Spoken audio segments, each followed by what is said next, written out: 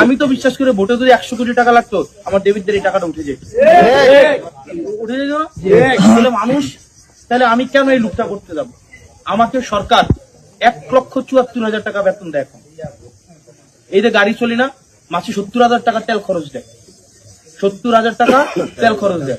ঢাকায় একটা বাসা, বিশাল বড় বাসা, যে বাসাটা হচ্ছে এখানে এত সুন্দর, এটা আপনি 2 লাখ টাকা দিয়ে এটা ভাড়া নিতে পারবেন না।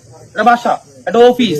এরপর হচ্ছে আমার যে কাপড় ইস্তারি করার জন্য সরকার খরচ দেয়, রান্নার জন্য বাবুর্চির খরচ দেয়। এগুলা কার কারণে পাইছি বলেন?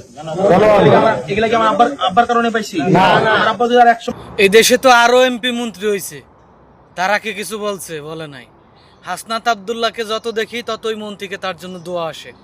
স্বচ্ছ রাজনীতি দেখে মন প্রাণ থেকে এই দূরপ্রবাসে থেকেও দোয়া করি, হাসনাত আব্দুল্লাহ ভাই এগিয়ে যাও, ভবিষ্যতে আরও ভালো কিছু করবে ইনশাল্লাহ।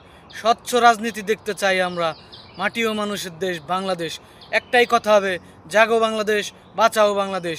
যুব সমাজ জেগে ওঠো, গজরে ওঠো। 2024 সালে যেইভাবে স্বৈরশাসককে হটাইয়া এদেশের মানুষকে নতুন করে বাঁচতে শিখিয়েছ, তোমাদের সাম্যেও সর্বোচ্চ ভূমিকা রাখতে হবে যেন বাংলার মাটিতে স্বৈরশাসকের জন্ম না নেয়।